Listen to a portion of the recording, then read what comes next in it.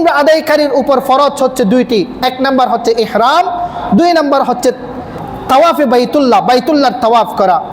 এই উমরা আদায়কারীর উপর ওয়াজিব হয়েছে দুইটি, সাই বাইনাস সাফা ওয়াল মারওয়া এবং হলক এবং তাকসীর, এই দুইটা। আল্লাহ পাক আমাদেরকে আমল করার তৌফিক দান করুন। এবং হাজিদের উপরে, হজ আদায়কারীর উপরে ফরজ হয়েছে তিনটি। এক নাম্বার হচ্ছে ইহরাম করা, দুই নাম্বার হচ্ছে ওকুফ আরাফা, তিন নাম্বার হচ্ছে তাওয়াফে জিয়ারা। এবং হাজিদের উপরে ওয়াজিব হচ্ছে ছয়টা জিনিস ওয়াজিব। কি কি? এক নাম্বার ওকুফে মুজদালিফা, দুই নাম্বার সাই বাইনাস সাফা ওয়াল মারওয়া, তিন নাম্বার নির্দিষ্ট সময়ে রমিয়ে জমার করা, চার নাম্বার হজ্জে তামাত্তু এবং হজ্জে কিরান আদায়কারীর উপর কুরবানি করা, পাঁচ নম্বরে হলক এবং তাকসীর, ছয় নম্বরে হচ্ছে মিকাতের বাহির থেকে আগত ব্যক্তিদের উপর তাওয়াফে বিদা করা। এই ছয়টা জিনিস ওয়াজিব। আল্লাহ পাক আমাদেরকে আমল করার তৌফিক দান করুন, বলি আমিন। অপরূপ মিডিয়া, ইসলামের আলোয় আলোকিত হোক আপনার জীবন। চট্টগ্রাম জেলার ঐতিহ্যবাহী এলাকা হালিশহর এলাকার ঐতিহ্যবাহী আবাসিক আনন্দধারা আবাসিকের ঐতিহ্যবাহী জামে মসজিদ আনন্দধারা আব্দুস সুবহান জামে মসজিদে অত্র জুমায় আগে মসজিদে উপস্থিত অত্র অঞ্চলের সম্মানিত উলামায়ে ইকরাম, মুরব্বিয়ানে ইযম, মুসল্লিয়ানে ইকরাম, অত্র মসজিদের পরিচালনা পরিষদের সম্মানিত দায়িত্বশীল বৃন্দ এবং মাইকের আওয়াজ যতটুকু যাচ্ছে পর্দার অন্তরালে শ্রদ্ধেয়া সম্মানিতা মা ও বোনেরা, আসসালামু আলাইকুম ওয়া রাহমাতুল্লাহি ওয়া বারাকাতুহু। সর্বপ্রথম মহান প্রভুর শাহী দরবারে অসংখ্য শুকরিয়া আদায় করছি, যে মহান প্রভু আমাদেরকে পুরো সপ্তাহে সুস্থতার নিয়ামত দান করেছেন, সেহত আফিয়ত দান করেছেন এবং এলাকাবাসীর মধ্য থেকে সিলেক্টেড করে আমাদেরকে আগে মসজিদে আসার তৌফিক দান করেছেন। এই জন্য মহামুনিবের দরবারে আমরা সবাই শুকরিয়া আদায় করি, বলি আলহামদুলিল্লাহ। আমরা আবারও অন্তরের অন্তঃস্থল থেকে হৃদয়ের সমস্ত ভালোবাসাকে আল্লাহ এবং আল্লাহ রসুলের জন্য উজাড় করে দিয়ে কালিমাতুশ শুকর পাঠ করে আল্লাহ সুবহানাহু ওয়া তাআলার আরশ আজিমকে মুখরিত করে দিই, বলি আলহামদুলিল্লাহ। ইয়া রব্বি লাকাল হামদ হামদান কাসীরান তাইয়িবান মুবারাকান ফীহি। ইয়া রব্বি লাকাল হামদু বিল ঈমান, লাকাল হামদু বিল ইসলাম, লাকাল হামদু বিল কুরআন। হে আল্লাহ, আমরা আজকে আনন্দধারা আব্দুস সুবহান জামে মসজিদে আগে মসজিদে এসে আপনি আমাদেরকে যেই নিয়ামত দান করেছেন, সেই নিয়ামতের কে স্মরণ করে আমরা আপনার শাহী দরবারে শুকরিয়া আদায় করছি। আল্লাহ, আরশ আজিমের মালিক, আরশ আজিম থেকে আপনি আমাদেরকে এই মুহূর্তে দেখছেন, আমাদেরকে আল্লাহ আপনি আমাদের শুকরকে কবুল আর মঞ্জুর করে নিন, বলি আমিন। সম্মানিত মুসল্লিয়ান ইকরাম, গত জুমা থেকে আমরা একটা বিষয়ের উপর, একটা টপিক্সের উপর আলোচনা আমরা শুরু করেছিলাম। আপনাদের জানা আছে আমরা হজ সিরিজ পর্ব নিয়ে আমরা আলোচনা করেছিলাম, আলোকপাত শুরু করেছিলাম। গত জুমার আলোচনার পর্বেই ধারাবাহিক আলোচনার আজকের জুমায় আমি ইনশাআল্লাহ সেই আলোচনা শুরু করব। সেই আলোচনাকে সামনে রেখে আমি পবিত্র কোরআনের অনেক অজস্র আয়াত থেকে কয়েক কোরআনের আয়াত আপনাদের সামনে তিলাওয়াত করেছি এবং রাসূল করিম সাল্লাল্লাহু আলাইহি ওয়াসাল্লামের অজস্র আহাদিসে মুবারকা থেকে হাদিসের টুকরা আপনাদের সামনে উপস্থাপন করেছি।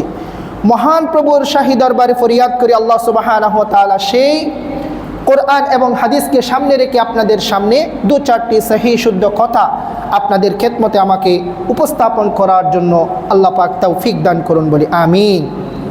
সম্মানিত মুসল্লি ভাইয়েরা, আজকের জুমায় আমরা আলোচনা করব হজ্জে বাইতুল্লাহর তাৎপর্য, আমল, ফজিলত, ফারায়েজ এবং ওয়াজিবাত নিয়ে ইনশাআল্লাহ আমরা আলোচনা করব। সম্মানিত মুসল্লি ভাইয়েরা, হজ এমন একটা ইবাদত যে ইবাদত আল্লাহ সুবহানাহু ওয়া তাআলা আমাদের জন্য ফরজ করেছেন, বাধ্যতামূলক ফরজ করেছেন। আল্লাহ পাক 5টি ইবাদত আমাদের জন্য ফরজ করেছেন।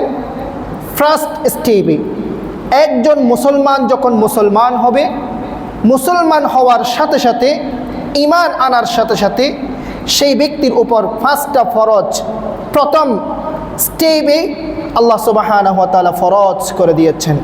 সেই 5টি ফরজের মধ্যে একটা ফরজ হচ্ছে সামর্থ্যবান হলে ওই ব্যক্তিকে হজ আদায় করতে হবে, হজ করতে হবে। এটা আল্লাহ পাকের ফরজ। সেই ফরজ নিয়ে আমরা আলোচনা করেছিলাম, গত জুমায় আমরা আলোচনা করেছিলাম হজ কেন্দ্রিক আল্লাহ সুবহানাহু ওয়া তাআলার ঘরের আশেপাশে চতুর্পাশে যেই মোস্ট ইম্পর্টেন্ট প্লেসগুলো আছে, খুবই গুরুত্বপূর্ণ ইবাদত কবুলের যেই গুরুত্বপূর্ণ জায়গাগুলো আছে, সেগুলোর তাআরুফ পরিচয় পরিচিতি নিয়ে আমরা গত জুমায় আলোচনা করেছিলাম। আজকে হজের মৌলিক যেই ফরায়েজ ওয়াজিবাত বেসিক যেটা আছে, সেই বেসিক নিয়ে ইনশাআল্লাহ আজকে আমরা আলোচনা করব। হজ কাকে বলে? হজ শব্দের আবিধানিক অর্থ কি, পারিভাষিক অর্থ কি, আগে আমাদেরকে একটু জানতে হবে। হজ শব্দের আমরা যখন অভিধান দেখি, আরবি ভাষার যেগুলো রিচ অভিধান আছে, সেই অভিধানের মধ্যে যখন অভিধান নিয়ে একজন মানুষ রিসার্চ করে হজ শব্দের অর্থ আমরা পেয়ে থাকি আল কসদু ওয়াল ইরাদা, আই আল হজ্জু মানাহু আল কসদু ওয়াল ইরাদা। হজ শব্দের অর্থ হচ্ছে ইচ্ছা পোষণ করা। আমাদের বাংলায় বলা হয় ইচ্ছা পোষণ করা। পারিভাষিক অর্থের মধ্যে এই হজকে কি বলা হয়? আত-তারিফাত নামে একটা গ্রন্থের মধ্যে খুব চমৎকারভাবে 87 নম্বর পেজে এই হজের সংজ্ঞায়িত করেছে খুব চমৎকারভাবে। এখানে বলা হয়েছে কসদু বাইতিল্লাহি তাআলা বিসিফাতিন মাখসুসাতিন ফি ওয়াক্তিন মাখসুসিন বিশারাইতিন মাখসুসা। হজ বলা হয় কসদু বাইতিল্লাহি লিবাইতিল্লাহি তাআলা, কোন একজন ব্যক্তি আল্লাহ সুবহানাহু ওয়া তাআলার ঘরে যাওয়ার জন্য ইচ্ছা পোষণ করবে, যে কোনো সময় নয়। বিসিফাতিন মাখসুসাতিন, কিছু নির্দিষ্ট কিছু গুণাবলীকে সামনে রেখে ইচ্ছা পোষণ করবে আল্লাহর ঘরকে জিয়ারতের জন্য। ফি ওয়াক্তিন মাখসুসিন, এবং একটা সুনির্দিষ্ট একটা সময়ে, যে কোনো সময় না, নির্দিষ্ট এক সময়ে। বিশারাইতিন মাখসুসা, এবং কিছু গুরুত্বপূর্ণ নির্দিষ্ট কিছু শরায়ত, শর্ত, কন্ডিশন অবলম্বন করে এক ব্যক্তি একটা নির্দিষ্ট সময়ে আল্লাহ পাকের ঘরকে জিয়ারত করার, ইচ্ছা পোষণ করার নামকেই বলা হয় হজ। হজকে আল্লাহ পাক আমাদের জন্য, এই হজকে আল্লাহ পাক আমাদের জন্য ফরজ করেছেন। হজ কাকে বলে আবিধানিক পারিভাষিক অর্থ আমরা বুঝতে পেরেছি। এবার আসি, এই হজকে আল্লাহ পাক যে ফরজ করেছে, কোথায় ফরজ করা হয়েছে? আল্লাহ সুবহানাহু ওয়া তাআলা সূরা আলী ইমরানের 97 নম্বর আয়াতে বলেছেন, ওয়ালিল্লাহি আলান নাসি হিজ্জুল বাইতি মান ইসতাতাআ ইলাইহি সাবিলা। মানুষের মধ্যে যারা সেখানে পৌঁছার, অর্থাৎ বাইতুল্লাহ পৌঁছার সামর্থ্য রাখে, তাদের উপর আল্লাহর জন্য এই ঘরের হজ করা ফরজ। আল্লাহ পাক সূরা আলী ইমরানের 97 নম্বর আয়াতের মধ্যে উল্লেখ করেছেন। তাহলে কার জন্য হজ ফরজ, সেটাও যেই আয়াতের মাধ্যমে আল্লাহ পাক আমাদের জন্য হজকে ফরজ করেছেন, সেই আয়াতের মধ্যে ইঙ্গিত দেওয়া হয়েছে। বলা হয়েছে কি, ওয়ালিল্লাহি আলান নাসি হিজ্জুল বাইত মান ইসতাতাআ ইলাইহি সাবিলা। যে ব্যক্তি আল্লাহ পাকের ঘর পর্যন্ত পৌঁছার সক্ষমতা রাখে, সামর্থ্যবান হয়, সেই ব্যক্তির জন্যই আল্লাহ পাক হজ ফরজ করেছে। তাহলে সবার জন্য কি ফরজ, নাকি নির্দিষ্ট ব্যক্তির জন্য হজ ফরজ? নির্দিষ্ট ব্যক্তির জন্য আল্লাহ পাক হজ ফরজ করেছেন। ফিকহের ভাষায়, ইসলামিক ল এবং রিচার্জের ইসলামী আইনের ভাষায় কার জন্য হজ ফরজ হবে? যদি কোনো একজন ব্যক্তির কাছে হজে যাওয়ার জন্য যাওয়া আসা সহ সফরের যাবতীয় খরচ পরিমাণ অর্থ সম্পদ যার কাছে থাকবে এবং ওই ব্যক্তির অনুপস্থিতিতে পরিবারের ভরণ পোষণের সামর্থ্য থাকবে, পরিবারের গুরুত্বপূর্ণ যেগুলো ভরণ পোষণ আছে, যেই ভরণ পোষণ করা ফরজ, সেই সামর্থ্য থাকবে, ওই ব্যক্তির উপর ফিকহের ভাষায় হজকে আল্লাহ পাক ফরজ করেছেন। সুবহানাল্লাহি ওয়া বিহামদিহি। সম্মানিত ভাইয়েরা, এক্ষেত্রে মৌলিক প্রয়োজনের অতিরিক্ত যেই সম্পদগুলো আমাদের কাছে আছে, সেইগুলোর উপর জাকাতের জন্য 1 বছর অতিবাহিত হতে হবে, কিন্তু হজের জন্য সেটা নয়। 1 বছর অতিবাহিত হতে হবে না। ফিকহের লয়ের ভাষায়, ইসলামী আইনের ভাষায়, কোন একজন ব্যক্তির এতটুকু সম্পদ আছে, ঘরের নিজের অধীনস্থ যারা আহলা আয়াল আছে, যাদের উপর নিজের ভরণ পোষণ খরচ করা ফরজ, তাদের উপর খরচের সামর্থ্য আছে, এগুলো বাদ দিয়ে আপনার অনুপস্থিতিতে আপনি যদি বাইতুল্লাহ পর্যন্ত পৌঁছানোর যদি আপনার কাছে যদি সেই অর্থ সম্পদ থাকে, আল্লাহ পাক আমার আপনার উপরে সেই হজকে ফরজ করে ফেলেছেন। অতিরিক্ত যেই সম্পদগুলো আমাদের কাছে রয়েছে, জমি, বাগানবাড়ি, আরও অতিরিক্ত অন্যান্য যে মাল সম্পদ রয়েছে, সেই সম্পদগুলো অতিরিক্ত সম্পদ হিসেবে আপনাকে গণনা করতে হবে। অর্থাৎ আপনাকে বাইতুল্লাহ পৌঁছার পর্যন্ত আপনার যে অতিরিক্ত সম্পদে থাকলে আপনার উপর ফরজ হবে, সেই অতিরিক্ত সম্পদের মধ্যে আপনাকে গণনা করতে হবে। এটা ইসলামিক ফিক, ইসলামিক ল এবং রিচার্জের ভাষায় এই ব্যক্তির উপরেই হজকে ফরজ করা হয়েছে। আল্লাহ পাক আমাদেরকে বুঝার তৌফিক দান করুন, বলি আমিন। হজ আমাদের উপর ফরজ হয়েছে, কোনো একজন ব্যক্তির উপর হজ ফরজ করা হয়েছে। আমাদের সমাজে, সোসাইটির মধ্যে একটা, আমাদের মাইন্ডের মধ্যে একটা জিনিস থাকে, এই আমলে ইয়াং, আমি এখনো পর্যন্ত অল্প বয়স্ক, সবেমাত্র বিয়ে শাদী করেছি, আল্লাহ পাক আমাকে অর্থ সম্পদ দিয়েছে, আমি যদি এখন হজ করে ফেলি তাহলে পরবর্তীতে আমি যদি গুনাহ করি আমি তো গুনাহগার হব। আমি হজ করার পরে হাজিদের যেই আমল আছে সেই আমল তো বিনষ্ট হয়ে যাবে। সেই জন্য আমার বয়স যখন শেষের দিকে যাবে তখনই আমি হজ করব।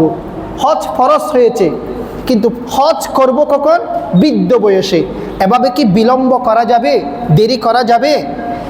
আল্লাহ রসুল সাল্লাল্লাহু আলাইহি ওয়াসাল্লাম হাদিস শরীফে বলেছেন, মুসনাদে আহমদের 1834 নম্বর হাদিসে এসেছে, মান আরাদাল হজ্জা ফালইয়াতাআজ্জাল ফাইন্নাহু ক্বাদ ইয়ামরুদুল মারিদু ওয়া তাদিল্লুদ দাল্লাতু ওয়া তা'রিজুল হাজাহ। কি বলেছেন রাসূল করিম সাল্লাল্লাহু আলাইহি ওয়াসাল্লাম এই হাদিসে? যে ব্যক্তি হজ করার ইচ্ছা করে সে যেন তাড়াতাড়ি হজ আদায় করে। অর্থাৎ যে ব্যক্তির হজ ফরজ হয়েছে, হজ করার জন্য আপনি নিয়ত করেছেন, আপনার উপর হজ ফরজ হয়েছে, আপনি যেন তাড়াতাড়ি হজ আদায় করে দেন। কারণ যে কোনো সময় সে অসুস্থ হয়ে যেতে পারে, অথবা আরোহণের ব্যবস্থাও না থাকতে পারে।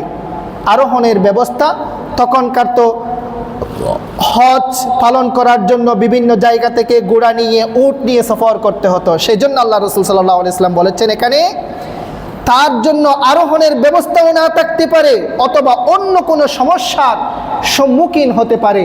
আমার উপর বড় ধরনের একটা বিপদ চলে আসছে, আমি অসুস্থ হয়ে গিয়েছি, আমি হজের জন্য আমাকে যেভাবে একটা স্বয়ংসম্পূর্ণ সুস্থতার অধিকারী হতে হবে, সেই আমি সুস্থ নাই, আমি এখন হজ করতে পারছি না। সেজন্য ভাইয়েরা, হজ যখনই ফরজ হবে, এই হজকে পালন করার ক্ষেত্রে কখনো দীর্ঘায়িত করা যাবে না, সময় বিলম্ব করা যাবে না। এবং আপনি যদি তরুণ বয়সে, যৌবনকালে যদি আপনার উপর হজ ফরজ হয়েছে, আপনি যদি হজ আদায় করে ফেলেন, তাহলে বৃদ্ধ বয়সে গিয়ে আবার কি আপনার উপর হজ ফরজ হবে না। হজকে আল্লাহ সুবহানাহু ওয়া তাআলা ফরজ করেছেন কয়বার? একবার। কয়বার ফরজ করেছেন আপনার জন্য, আমার জন্য? একবার। যত সম্পদের অধিকারী হন না কেন, আপনার 1000 কোটি টাকার মালিক, আপনার উপর হজ ফরজ হবে কয়বার? মাত্র একবার। আপনি একবারই হজ আদায় করে দিলেন, আপনার ফরজ আদায় হয়ে যাবে। এরপর থেকে আপনি যতবার হজ করবেন, আল্লাহ পাক এক্সট্রা সওয়াব হিসেবে আপনার আমল নামার মধ্যে লিপিবদ্ধ করে দেবেন। সুবহানাল্লাহি ওয়া বিহামদিহি। সম্মানিত ভাইরা, তাহলে আমরা এখান থেকে বুঝতে পেরেছি হজ পালন করার ক্ষেত্রে বিলম্ব করা যাবে না। বিলম্ব করলে আল্লাহ সুবহানাহু ওয়া তাআলা আপনাকে গুনাহ দেবেন, সেই ব্যক্তি গুনাহগার হবে। যদি অসুস্থ হয়ে যায়, সেই ব্যক্তি যদি মৃত্যুবরণ করে ফেলে, আল্লাহ পাক আপনার উপর ফরজ আদায় না করে আপনি দুনিয়া থেকে বিদায় নিয়ে গেলেন, কাল হাসরের ময়দানে আল্লাহ পাকের সামনে আপনাকে অপরাধী হিসেবে আল্লাহ পাকের সামনে আপনাকে দাঁড়াতে হবে। আমার উপর হজ ফরজ হয়েছে, আমি নিয়ত করে বসে থাকছি, বৃদ্ধ অবস্থায় আমি পরে গিয়ে হজ করব, এখন করব না। সেই ব্যক্তি যদি মারা যায়, তাহলে কাল হাসরের ময়দানে আল্লাহ পাকের দরবারে আপনাকে অপরাধী হিসেবে আল্লাহ পাক সাব্যস্ত করবে, অপরাধী হিসেবে আপনাকে দাঁড়াতে হবে। আল্লাহ পাক আমাদেরকে বোঝার তৌফিক দান করুন। আমাদের যাদের উপর হজ ফরজ হয়েছে, সেই ব্যক্তিকে আল্লাহ পাক হজ পালন করার, আদায় করার তৌফিক দান করুন, বলি আমিন।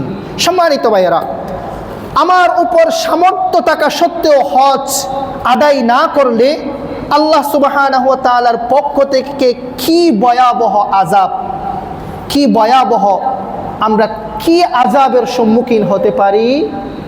আল্লাহ রাসূল সাল্লাল্লাহু আলাইহি ওয়াসাল্লাম হাদিস শরীফে বলেছেন, সুনানে দারমির 1826 নম্বর হাদিসের মধ্যে এসেছে, ফালইয়ামুত ইনশাআ ইয়াহুদিয়ান ওয়া ইনশাআ নাসরানিয়ান। যে ব্যক্তি 3টা জিনিস বলেছেন এখানে, কোন একটা প্রকাশ্যে কোন একটা বিশাল বড় ধরনের প্রয়োজন আপনার সামনে এসেছে, অথবা অত্যাচারী শাসকের বাধার সম্মুখীন হয়েছেন, অথবা বড় ধরনের আপনার অসুখ হয়ে গেছে, আপনি হজের জন্য সামর্থ্যবান হয়েছেন, এই 3টা প্রতিবন্ধকতা আসা না আসা সত্ত্বেও আপনি হজের জন্য বিলম্ব করেছেন, হজ আদায় করার জন্য আপনি বিলম্ব করেছেন, যদি আপনি মারা যান, আল্লাহ রাসূল সাল্লাল্লাহু আলাইহি ওয়াসাল্লাম বলেছেন, সেই ব্যক্তি যেন ইহুদি হয়ে দুনিয়া থেকে বিদায় নেয়, সেই ব্যক্তি যেন ঈমান হারা হয়ে, ইহুদি হয়ে, খ্রিস্টান হয়ে সেই জন্য দুনিয়া থেকে বিদায় নিয়ে যায়। আমার পক্ষ থেকে সেই ব্যক্তির উপর অভিশাপ। আমার কথা না, আমার রসুলের কথা, রসুল করিম সাল্লাল্লাহু আলাইহি ওয়াসাল্লামের কথা, ইনশাআ ইয়াহুদিয়ান ওয়া ইনশাআ নাসরানিয়ান। সে ব্যক্তি যেন ইহুদি হয়ে দুনিয়া থেকে বিদায় নিয়ে যায়, সেই জন্য নাসারা হয়ে দুনিয়া থেকে বিদায় নিয়ে যায়। আল্লাহ রসুল সাল্লাল্লাহু আলাইহি ওয়াসাল্লাম যদি বদদুআ করে, আল্লাহ আমাদের সবাইকে হেফাজত করুন। আল্লাহর রসুলের বদদুআর যদি কেউ যদি বাগী হয়ে যায়, সেটা অবশ্যই আল্লাহ পাক কবুল করে নেবেন। দোয়া করলেও কবুল করে নেবেন, বদদুআ করলেও সেটাও কবুল করে নেবেন। সম্মানিত ভাইয়েরা, শুধু একদিনের জন্য না, 1500 বছর আগে আমার রসুল করিম সাল্লাল্লাহু আলাইহি ওয়াসাল্লাম যেই ব্যক্তিদের জন্য বদদুআ করে গিয়েছেন, সেই ব্যক্তিদের জন্য কিয়ামত পর্যন্ত আমরা যদি আল্লাহ রসুলের সেই বদদুআর লিস্টে যদি লিস্টেড হয়ে যায়, লিস্টেড হয়ে যায়, তালিকাভুক্ত হয়ে যায়, তাহলে আমরাও সেই বদদুআর ভাগী হয়ে যাব। আল্লাহ পাক আমাদেরকে বোঝার তৌফিক দান করুন, বলি আমিন। আরেক হাদিস আল্লাহ রাসূল সাল্লাল্লাহু আলাইহি ওয়াসাল্লাম বলেছেন, হযরত উমর রাদিয়াল্লাহু তাআলা আনহু থেকে সেই হাদিসটি বর্ণিত, মান আতাকাল হাজ্জা ফালাম ইয়াহুজ ফাসাওয়াউ আলাইহি ইয়াহুদিয়ান মাতা আও নাসরানিয়ান। এই হাদিসে আল্লাহ রাসূল সাল্লাল্লাহু আলাইহি ওয়াসাল্লাম উমর রাদিয়াল্লাহু তাআলা আনহু থেকে বর্ণিত সেই কথাই বলেছেন, যে ব্যক্তি হজ করার সামর্থ্য রাখা সত্ত্বেও হজ করে নাই, সে ব্যক্তি ইহুদি হয়ে মৃত্যুবরণ করলো, না হয় খ্রিস্টান হয়ে নাসারা হয়ে সে ব্যক্তি মৃত্যুবরণ করলো। আল্লাহ পাক আমাদেরকে যাদের উপর হজ ফরজ হয়েছে তাদেরকে হজ আদায় করে দেওয়ার তৌফিক দান করুন, বলি আমিন। আরো জোরে বলি আমিন। সম্মানিত ভাইয়েরা, হজ আমাদের জন্য এসেছে, আমরা অনেকেই হজে যাব, হজে যদি নাও যাই, হজ সম্পর্কে আমাদেরকে জ্ঞান রাখা ফরজ। কারণ আল্লাহ রাসূল সাল্লাল্লাহু আলাইহি ওয়াসাল্লাম হাদিসে বলেছেন, তলাবুল ইলমি ফরিদাতুন আলা কুল্লি মুসলিমিন, প্রত্যেক মুসলমান নরনারীর উপর জ্ঞান অর্জন করা ফরজ। কোন জ্ঞান? এটা হাদিসের তাফসীরের মধ্যে এসেছে, ইলমুল হাল, অর্থাৎ সাম্প্রতিক জ্ঞান। সাম্প্রতিক জ্ঞান কোনগুলো? এই যে ইসলামের যে বিষয়টা আপনার সামনে এসেছে, সেই বিষয়টার উপর আপনাকে ফরজ যতটুকু, ততটুকু জ্ঞান রাখা আপনার উপর ফরজ। এখন হজের টাইম, হজের সিজন, হজ সম্পর্কে সাম্যক জ্ঞান রাখা, পরিপূর্ণ নলেজ রাখা আপনার উপর ফরজ। সামনে কুরবান আসবে, কোরআন আমার আপনার জন্য ওয়াজিব। কুরবান সম্পর্কে টোটাল নলেজ রাখা আপনার উপর ফরজ করে দিয়েছেন আল্লাহ সুবহানাহু ওয়া তাআলা। সম্মানিত ভাইয়েরা, এই যে হজ, হজ হচ্ছে 3 প্রকার। হজ কয় প্রকার? 3 প্রকার। এক প্রকার হজের নাম হচ্ছে হজ্জে কিরান, কিরান। দ্বিতীয় প্রকার হজের নাম হচ্ছে হজ্জে তামাত্তু। 3 প্রকার, 3 নম্বর হজের নাম হচ্ছে ইফরাদ। এই 3 প্রকারের হজ রয়েছে। 1 নম্বর হজের নাম হচ্ছে, নাম কি বলেছি? কিরান হজ। হজ্জে কিরান কাকে বলা হয়? হজ্জে কিরান বলা হয় আমরা যারা হজ করার জন্য বাংলাদেশ থেকে গিয়েছি, হজের যেটা মিকাত আছে, আমরা উমরা এবং হজ দুটোটার উদ্দেশ্যে নিয়ত করে যে ব্যক্তি ইহরামের মাধ্যমে উমরা এবং হজ উভয়টি আদায় করার উদ্দেশ্যে মক্কা মুকাররমায় পৌঁছাবে, মিকাত ত্যাগ করে মক্কার মধ্যে পৌঁছাবে, সেই ব্যক্তির সেই হজকে বলা হয় হজ্জে কিরান। এক প্রকার, অর্থাৎ হজ এবং উমরা দুটোটার নিয়ত করে যে ব্যক্তি আল্লাহর ঘরে মক্কায় নিয়ত করে যাবে, ইহরাম পরে মিকাত ত্যাগ করবে, সেই প্রকারের হজকে বলা হয় হজ্জে কিরান। 2 নম্বরের দ্বিতীয় প্রকারের হজ, যারা হজে যাবে, দ্বিতীয় প্রকারের হজের নাম হচ্ছে হজ্জে তামাত্তু। হজ্জে তামাত্তু কাকে বলা হয়? হজের মাস যেগুলো আসছে, এই যে জিকাদা থেকে হজের মাস, মুহররম, জিকাদা থেকে এই যে হজের মাস যেগুলো শুরু হয়েছে, হজের মাস সমূহে মিকাত থেকে উমরার নিয়ত করে ইহরাম বেঁধে মক্কায় ঢুকেছে, এরপরে মক্কা মুকাররমায় পৌঁছে উমরা কাজ সম্পন্ন করেছে এবং সে হলক এবং তাকসীর করে ইহরাম খুলে ফেলেছে। ইহরাম মুক্ত হয়ে মক্কায় আল্লাহর ঘরের মধ্যে অবস্থান করছে, একই সফরে আবার ইহরাম করে আবার হজের জন্য নিয়ত করেছে। আলাদা উমরার নিয়ত, আলাদা হজের নিয়ত যে ব্যক্তি করবে, সেই ব্যক্তির এই প্রকারের হজকে বলা হয় হজ্জে তামাত্তু। আরেক প্রকারের হজ রয়েছে, যে হজের নাম হচ্ছে ইফরাদ। ইফরাদ হজ কাকে বলা হয়? মিকাত থেকে শুধু হজের নিয়তে ইহরাম বেঁধে, যেগুলো মিকাত আছে, মিকাত থেকে শুধু ইহরাম বেঁধেছে, ইহরামের নিয়ত করেছে, মুহরিম হয়েছে শুধু হজ করার জন্য, মক্কা মুকাররমায় পৌঁছেছে, শুধু হজ করার জন্য উমরার নিয়ত নাই, শুধু হজ করবে, বরং তাওয়াফে কুদুম করে বাইতুল্লাহ ঢুকে তাওয়াফে কুদুম করে সেই একই ইহরাম অবস্থায় হজের জন্য অপেক্ষা করছে। হজের যখন টাইম এসেছে তখন আইয়ামে হজের মধ্যে সে হজের আমলগুলো সম্পন্ন করেছে, আগে উমরা করে নাই। এই প্রকারের হজকে বলা হয় হজ্জে ইফরাদ। তাহলে আমার কথা যদি আপনারা বুঝে থাকেন, তাহলে হজ কয় প্রকার আমরা পেয়েছি? 3 প্রকার। এক প্রকারের হজের নাম হচ্ছে হজ্জে কিরান, 2 প্রকারের হজের নাম হচ্ছে হজ্জে তামাত্তু, 3 নম্বর প্রকারের হজের নাম হচ্ছে হজ্জে ইফরাদ। আল্লাহ পাক আমাদেরকে সেই হজ আদায় করার তৌফিক দান করুন বলি আমিন। সম্মানিত ভাইয়েরা, হজে আমরা যাব, হজ আমরা পালন করব, উমরা আমরা করেছি করব। এই উমরার মধ্যে উমরা এবং হজ উভয়টাই আমরা একই সাথে করে থাকি যারা হজে যাই। তাহলে আমাদের হজটা হয় বেশিরভাগ হজ্জে কিরান, দুটোটা আমরা একই সাথে করি।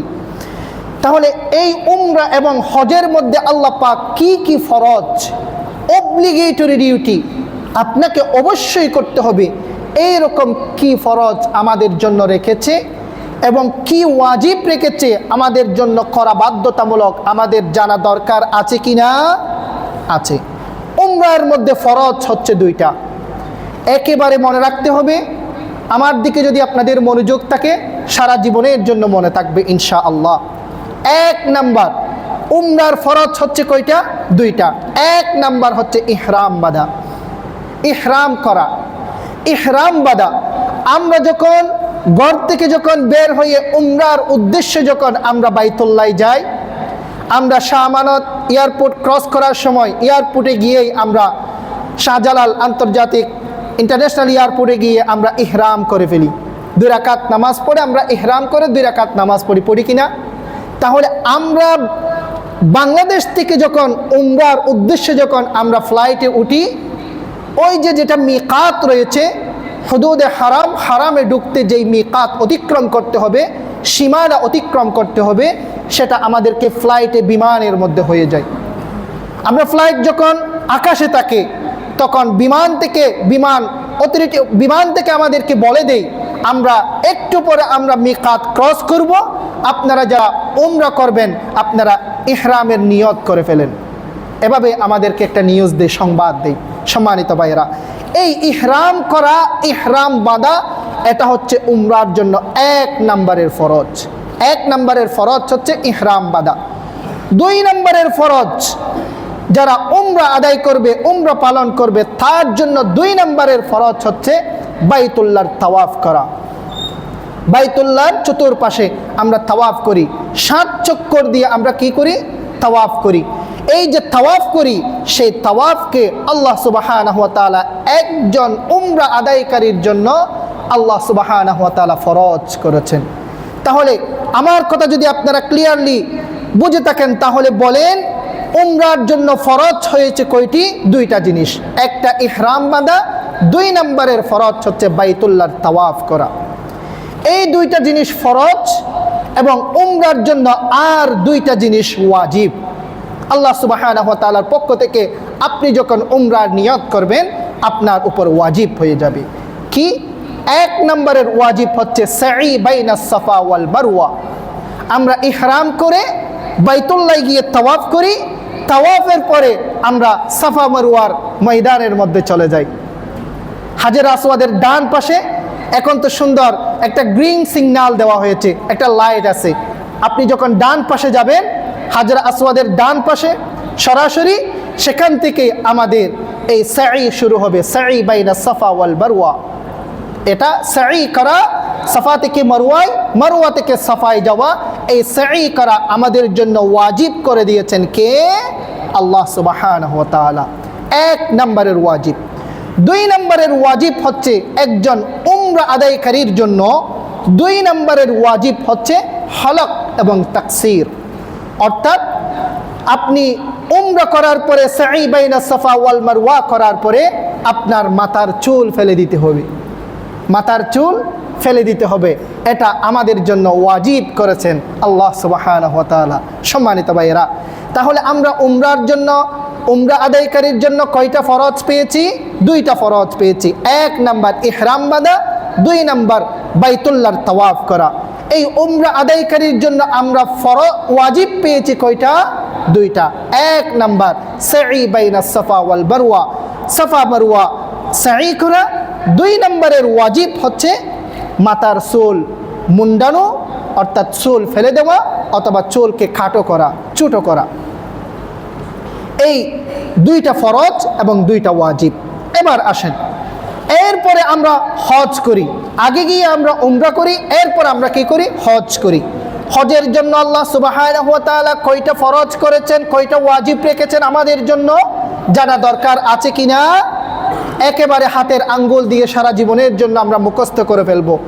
অন্তত পক্ষে আমরা বেশি ইবাদত করতে পারি নাই, ফরজ এবং ওয়াজিবাত যখন আমরা আদায় করব, ফরজ এবং ওয়াজিব যখন আদায় হয়ে যাবে, আমাদের জীবন থেকে হজের যে দায়িত্ব আছে, রেসপন্সিবিলিটি আছে, আল্লাহ পাক সেটা আমাদের মাথা থেকে উড়িয়ে নেবেন এবং আমাদের জন্য সেই হজ এবং উমরাকে আল্লাহ সুবহানাহু ওয়া তাআলা কবুল করে নেবেন, বলি আমিন। 1 নম্বরে হজের ফরজ হচ্ছে 3টা। হজের ফরজ কয়টা? 3টা। 1 নম্বরে হজের ফরজ হচ্ছে ইহরাম বাঁধা। ইহরাম বাঁধা হচ্ছে হজের জন্য ফরজ। 2 নম্বরে হজের ফরজ হচ্ছে উকুফে আরাফা। যারা হজ আদায় করার জন্য হজ গিয়েছেন তারা উকুফে আরাফা করেছেন। আরাফার ময়দানে গিয়ে তাদেরকে কি করতে হয়? উকুফ করতে হয়, অবস্থান করতে হয়, থাকতে হবে। সেই জিনিসটা আল্লাহ সুবহানাহু ওয়া তাআলা এই হাজিদের জন্য ফরজ করেছেন। 3 নম্বরের ফরজ হচ্ছে তাওয়াফে জিয়ারত করা। তাওয়াফে জিয়ারত আপনাকে করতে হবে। সেই তাওয়াফকে আল্লাহ সুবহানাহু ওয়া তাআলা ফরজ করেছেন। তাহলে হাজিদের জন্য, হজ আদায়কারীদের জন্য আমরা ফরজ পেয়েছি কয়টা? 3টা। 1 নাম্বার ইহরাম বাঁধা, 2 নাম্বার উকুফে আরাফা করা, 3 নম্বরে হচ্ছে তাওয়াফে জিয়ারত করা। এই 3টা হচ্ছে হজের ফরজ। এটা অবশ্যই আমাকে আপনাকে করতেই হবে, ফরজে আইন। নামাজ, সালাত, সিয়াম সাধনা যেভাবে ফরজ, সেভাবে এই 3টা জিনিস করা হজের মধ্যে ফরজ। সম্মানিত ভাইয়েরা, এই হজের মধ্যে আল্লাহ সুবহানাহু ওয়া তাআলা আমাদের জন্য ওয়াজিব রেখেছেন কয়টি? 6টি জিনিস আমাদের জন্য ওয়াজিব রেখেছেন। কি কি? আমরা একেবারে মুখস্থ করে ফেলবো। 1 নম্বরে হজের মধ্যে 1 নম্বরে ওয়াজিব হয়েছে মুজদালিফায় অবস্থান করা, অর্থাৎ উকুফে মুজদালিফা। যারা হজে গিয়েছেন তারা জানেন, সময়ের স্বল্পতার দরুন ব্যাখ্যা করব না। যারা যাবেন, মুআল্লিম সাহেবান যারা আছে, আপনাদেরকে প্র্যাকটিস করিয়ে সেই উকুফে মুজদালিফায় আপনাদেরকে নিয়ে যাবেন ইনশাআল্লাহ। 1 নম্বরের ওয়াজিব মুজদালিফায় অবস্থান করা, অর্থাৎ উকুফে মুজদালিফা। 2 নম্বরে হাজিদের জন্য 2 নম্বরের ওয়াজিব হয়েছে সাই বাইনাস সাফা ওয়াল মারওয়া। সাফা মারওয়ায় সাই করা আপনাদের জন্য, হাজিদের জন্য ওয়াজিব করেছেন কে? আল্লাহ সুবহানাহু ওয়া তাআলা। সম্মানিত ভাইয়েরা, 3 নম্বরে নির্দিষ্ট দিন যেগুলো আছে, সেই নির্দিষ্ট দিনে আপনাকে রমিয়ে জামার করতে হবে। রমিয়ে জামার করতে হবে, অর্থাৎ ওই যে শয়তানকে কঙ্কর নিক্ষেপ করা, এই রমিয়ে জামার নির্দিষ্ট দিনেই আপনাকে করা আমার আপনার উপর, হাজিদের উপর ফরজ করেছেন কে? ওয়াজিব করেছেন কে? আল্লাহ সুবহানাহু ওয়া তাআলা। 4 নম্বরের ওয়াজিব হচ্ছে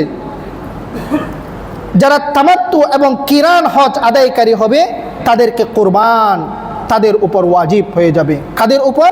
আগে যে হজ 3 প্রকার বলেছি, এই 3 প্রকারের মধ্যে হজ্জে তামাত্তু যে করবে, হজ্জে কিরান যে করবে, সেই 2 প্রকারের হাজিদের উপরে আল্লাহ সুবহানাহু ওয়া তাআলার পক্ষ থেকে কুরবান করা ওয়াজিব হয়ে যাবে। আল্লাহ পাক আমল করার তৌফিক দান করুন। 5 নম্বরে এক হাজিদের উপর 5 নম্বরের ওয়াজিব হচ্ছে হলক এবং তাকসির, অর্থাৎ মাথার চুল ফেলে দেওয়া ওই ব্যক্তির উপরে, হাজির উপরে ওয়াজিব করে দিয়েছেন কে?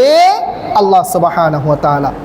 6 নম্বরের ওয়াজিব হচ্ছে মিকাতের বাহির থেকে আগত যত ব্যক্তি লোক আছে তাদের উপর তাওয়াফে বিদায় তাওয়াফ করা, এই তাওয়াফে বিদায় তাওয়াফ করা তাদের উপরে আল্লাহ সুবহানাহু ওয়া তাআলা ওয়াজিব করে দিয়েছেন। তাহলে হাজিদের উপরে আমরা ওয়াজিব পেয়েছি কয়টি? 6টি। হাজিদের উপরে ফরজ পেয়েছি কয়টি? 3টি। উমরা আদায়কারীর উপর ফরজ পেয়েছি কয়টি? উমরা আদায়কারীর উপর ওয়াজিব পেয়েছি কয়টি? 2টি। কি কি? আবার আমি সংক্ষেপে বলছি। উমরা আদায়কারীর উপর ফরজ হচ্ছে 2টি। 1 নাম্বার হচ্ছে ইহরাম, 2 নাম্বার হচ্ছে তাওয়াফে বাইতুল্লাহর তাওয়াফ করা। এই উমরা আদায়কারীর উপর ওয়াজিব হয়েছে 2টি, সাই বাইনাস সাফা ওয়াল মারওয়া এবং হলক এবং তাকসীর, এই 2টা। আল্লাহ পাক আমাদেরকে আমল করার তৌফিক দান করুন। এবং হাজিদের উপরে, হজ আদায়কারীর উপরে ফরজ হয়েছে 3টি। 1 নাম্বার হচ্ছে ইহরাম করা, 2 নাম্বার হচ্ছে ওকুফ আরাফা, 3 নাম্বার হচ্ছে তাওয়াফে জিয়ারা। এবং হাজিদের উপরে ওয়াজিব হচ্ছে 6টা জিনিস ওয়াজিব। কি কি? 1 নাম্বার ওকুফে মুজদালিফা, 2 নাম্বার সাই বাইনাস সাফা ওয়াল মারওয়া, 3 নাম্বার নির্দিষ্ট সময়ে রমিয়ে জমার করা, 4 নাম্বার হজ্জে তামাত্তু এবং হজ্জে কিরান আদায়কারীর উপর কুরবানি করা, 5 নম্বরে হলক এবং তাকসীর, 6 নম্বরে হচ্ছে মিকাতের বাহির থেকে আগত ব্যক্তিদের উপর তাওয়াফে বিদা করা। এই 6টা জিনিস ওয়াজিব। আল্লাহ পাক আমাদেরকে আমল করার তৌফিক দান করুন বলি আমিন। সম্মানিত ভাইয়েরা, আমরা যারা হাজি সাহেবান আছি, আমরা হজ আদায় যদি আমরা করি তাহলে আল্লাহ সুবহানাহু ওয়া তাআলার পক্ষ থেকে আমাদের জন্য কি কি পুরস্কার রয়েছে। হজ ফরজ, বাধ্যতামূলক করা আপনার উপর ফরজ। আব্বা আম্মার সেবা করা, শুশ্রূষা করা, বৃদ্ধ পিতামাতার, এটা আমার আপনার উপর ফরজ করেছেন কে? আল্লাহ পাক। স্ত্রী, ছেলে সন্তান, মেয়ে যারা আছে তাদের ভরণ পোষণের দায়িত্ব আমার আপনার উপরে ফরজ করেছেন কে? আল্লাহ পাক। ঠিক তদ্রূপ সালাত আদায় করা, হজ করা, যাকাত দেওয়া আমার আপনার উপরে ফরজ করেছেন কে? আল্লাহ পাক। এটা আমার উপর অব্লিগেটরি ডিউটি, বাধ্যতামূলক, আমাকে আপনাকে করতেই হবে। শুধু করলেই কি হয়ে যাবে এতটুকু? না। আবার আল্লাহ পাক আমাদের জন্য রেখেছেন পুরস্কার, বিশাল পুরস্কারের কথা। আল্লাহ রাসূল সাল্লাল্লাহু আলাইহি ওয়াসাল্লাম হাদিস শরীফে বলেছেন, যে ব্যক্তি হজ পালন করবে, আমার উপরে ফরজ আদায় করবেন, ফরজও আদায় হয়ে যাবে, সাথে সাথে আমাদেরকে পুরস্কারের ব্যবস্থা করেছেন কে? আল্লাহ সুবহানাহু ওয়া তাআলা। 1 নাম্বার হাদিস শরীফে, সুনানে তিরমিজির 811 নম্বর হাদিস শরীফে এসেছে, মান হাজ্জা ফালাম ইয়ারফুস ওয়ালাম ইয়াফসুক গুফিরা লাহু মা তাকদ্দামা মিন যামবি। আল্লাহ রাসূল সাল্লাল্লাহু আলাইহি ওয়াসাল্লাম হাদিস শরীফে বলেছেন, যে ব্যক্তি হজ আদায় করেছে, ওয়ালাম ইয়ারফুস, কোন একটা গুনাহের কাজ করে নাই, অশ্লীল কোনো কাজ করে নাই, ওয়ালাম ইয়াফসুক, কোন ধরনের গর্হিত খারাপ কাজ করে নাই, গুনাহের কাজ করে নাই, গুফিরা লাহু মা তাকদ্দামা মিন যামবি। আমি আল্লাহ সুবহানাহু ওয়া তাআলা, আমি আরশ আজিমের মালিক, আমি আল্লাহ আহকামুল হাকিমিন, আমি সেই হাজির সমস্ত গুনাহ মাফ করে দেব। সুবহানাল্লাহি ওয়া বিহামদিহি।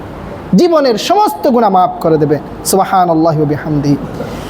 আরেক হাদিসে সহিহ বুখারীতে এসেছেন, 1521 নম্বর হাদিসে এসেছে, আল্লাহ রাসূল সাল্লাল্লাহু আলাইহি ওয়াসাল্লাম বলেছেন, মান হাজ্জা লিল্লাহি ফালাম ইয়ারফুত ওয়ালাম ইয়াফসুক রাজাআ কায়াউমি ওয়ালাদাতহু উম্মুহু, আও কামা ক্বালা নবী সাল্লাল্লাহু আলাইহি ওয়াসাল্লাম।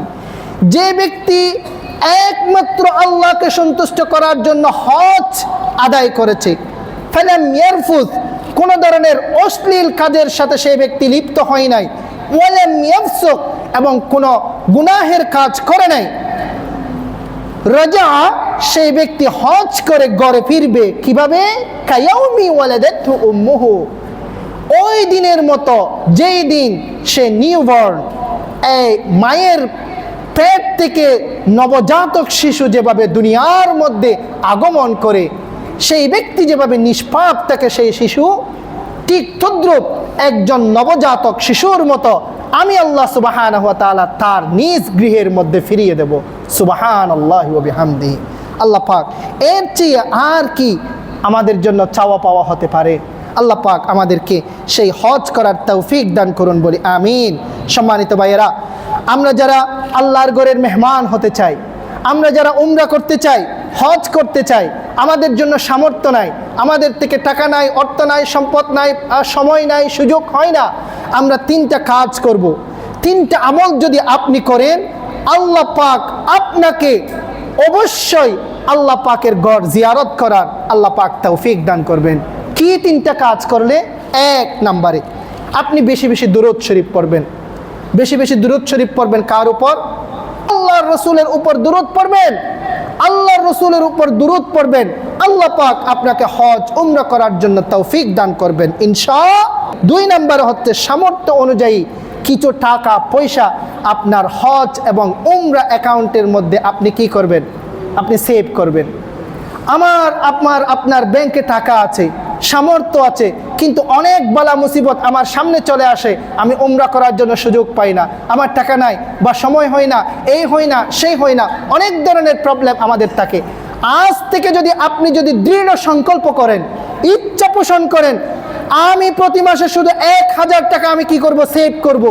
যেদিন আমার উমরার জন্য সেই 1000 টাকা করে আমার সেভ হবে, উমরার যেদিন সামর্থ্য হবে, সেদিন আমি আল্লাহর ঘর গিয়ে আমার খালেক, আমার মালেক, যিনি আমাকে সৃষ্টি করেছেন, তার ঘরকে আমি দেখে আসব। যিনি আমার হৃদয়ের স্পন্দন, যে নবী দুনিয়াতে না আসলে আমার দুনিয়াতে আগমন হতো না। আল্লাহ পাক আসমান জমিন চন্দ্র সূর্য গ্রহ নক্ষত্র কিছুই সৃষ্টি করতেন না। সেই নবীর কাছে গিয়ে, সেই নবীর রওজা পাকে গিয়ে আমি একবার সালাম দিয়ে আসব।